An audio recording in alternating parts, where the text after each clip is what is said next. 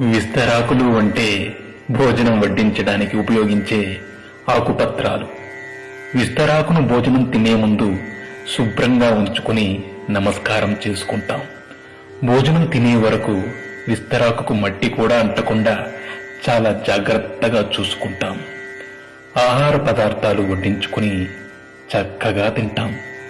భోజనం పూర్తయ్యే వరకు ఇంత జాగ్రత్త తీసుకునే మనం తిన్న మరుక్షణం విస్తరాన్ని మడిచి దూరంగా పడేస్తాం. అదే విధంగా మనిషి జీవితం కూడా అంతే. బ్రతికి ఉన్నప్పుడు మనిషి ఎంత గొప్పవాడైనా, ఎంత గొప్పగా బ్రతికినా ఊపిరిపోగానే ఊరి బయట పారేసి వస్తాం. విస్తరాకు భోజనం తరువాత దానిని పారేసినప్పుడు కూడా సంతోషపడుతుంది.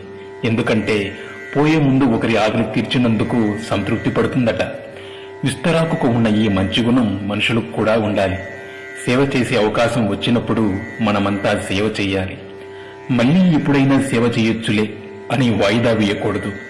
ఆ అవకాశం మళ్లీ ఎప్పుడైనా వస్తుందని అనుకోకూడదు. ఎందుకంటే ఊపిరి ఎప్పుడు ఉంటుందో ఎప్పుడు పోతుందో ఎవరికీ తెలియదు. అప్పుడు కనీసం విస్తరాకుకు ఉన్న తృప్తి కూడా మనకి ఉండదు.